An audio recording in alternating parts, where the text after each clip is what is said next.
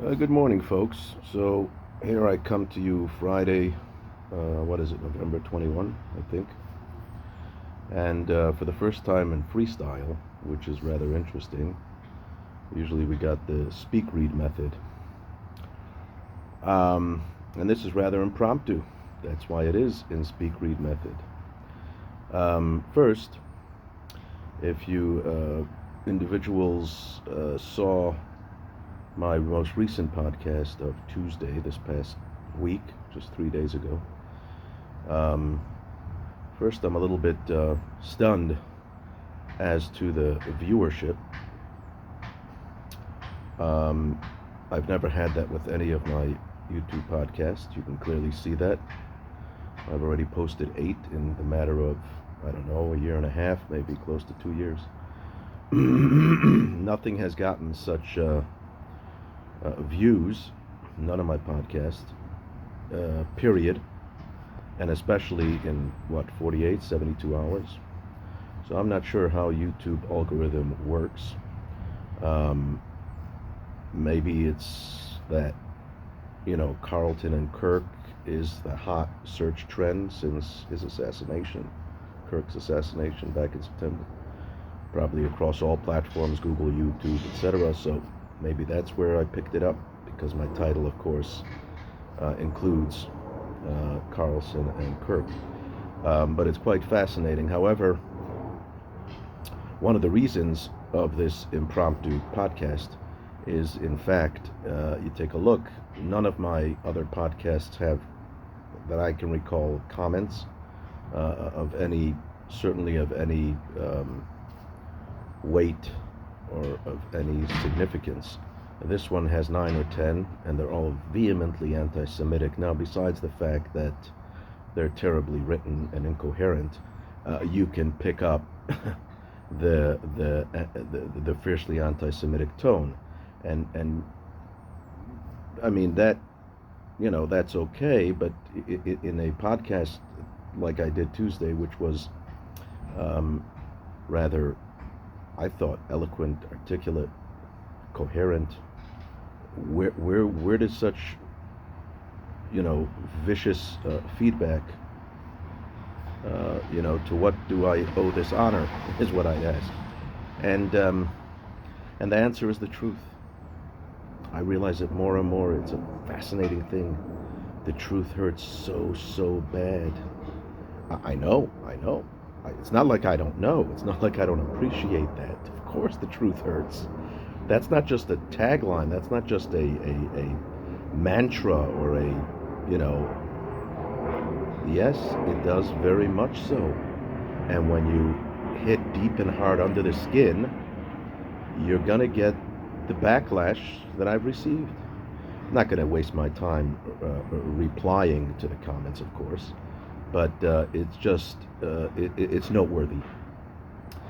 And the reason for this latest, just on the spur of the moment podcast, is a combination of perhaps that, and more generally, the times in which, the sad, pathetic times in which we find ourselves as a nation, as a people, as particularly the Jewish people. And as many of you know from my previous podcasts, I'm a published author as well. My latest one being Tavlin 360, Tavlin 360, published about 2.5 years ago, and it's available for sale on Amazon. Now, I had not intended on doing podcasts of my various ideas, articles, anecdotes contained therein, because that's what a book is for. But I think on occasion it does warrant such podcasting.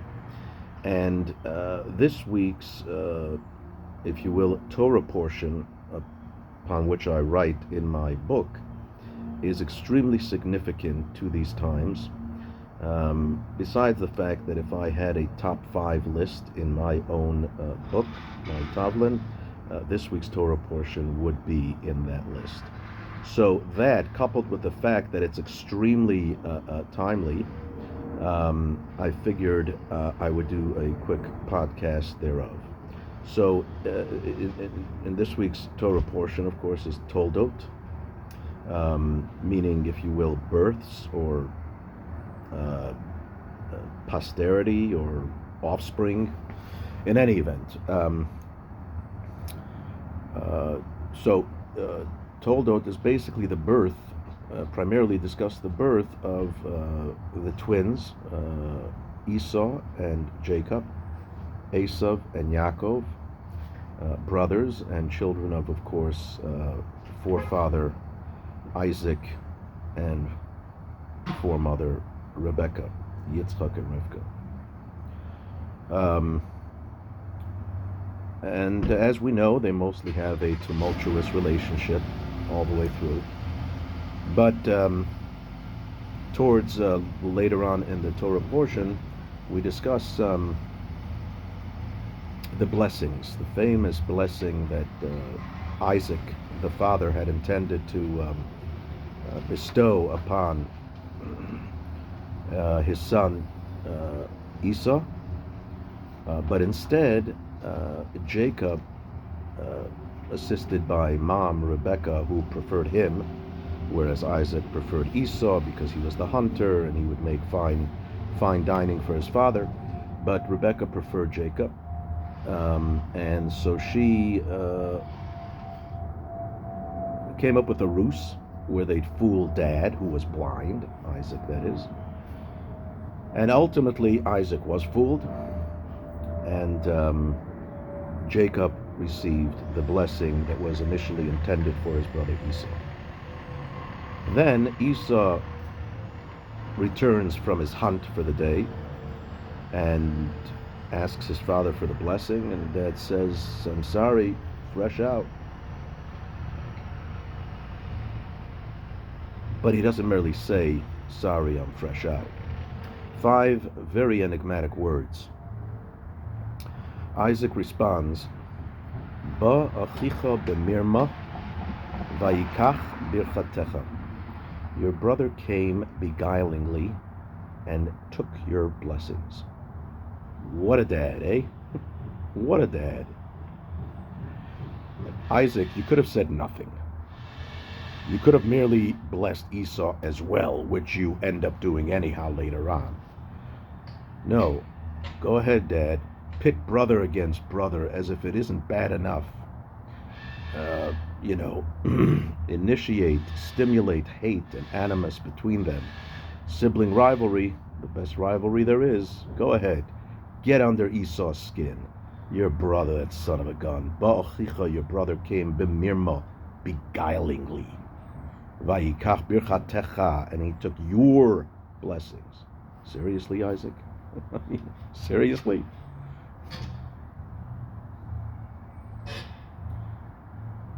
And the answer, as offered by the Baal HaTavlin, that is, of course, me, is this.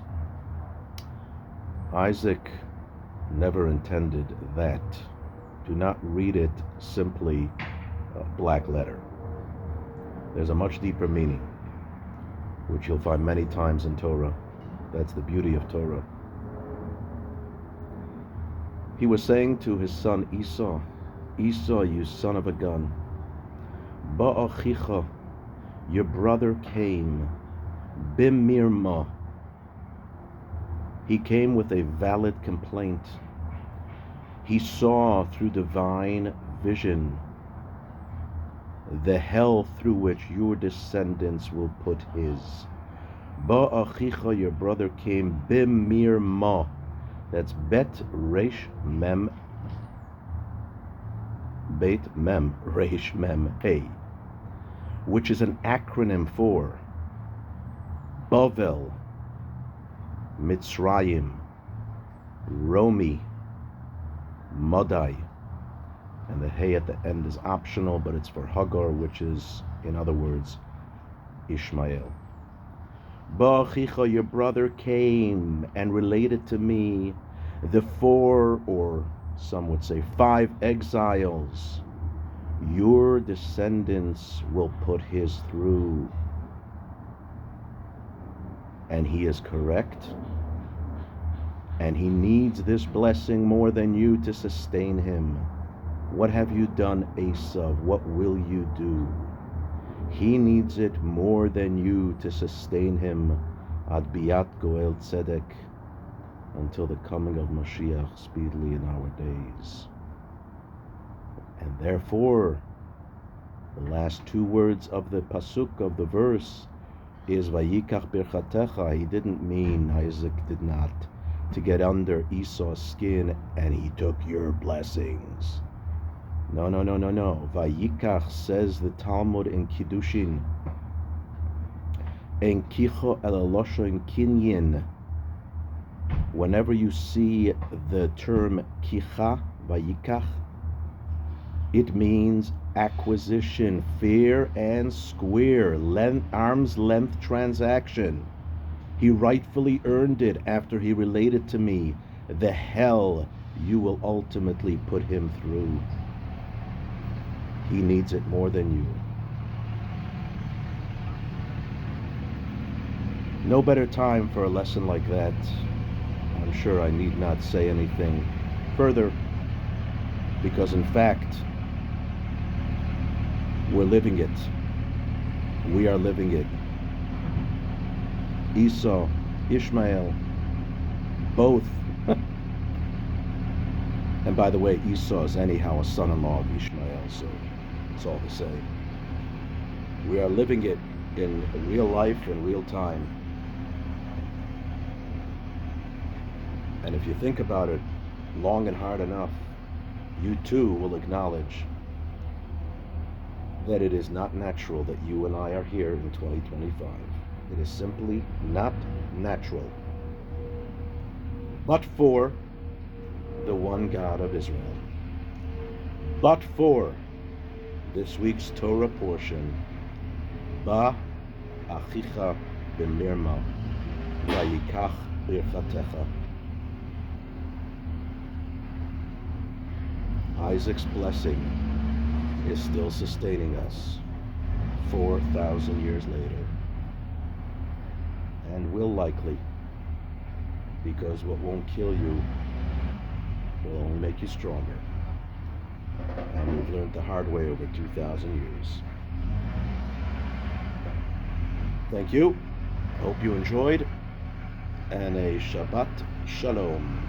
And I can already wish a happy Thanksgiving.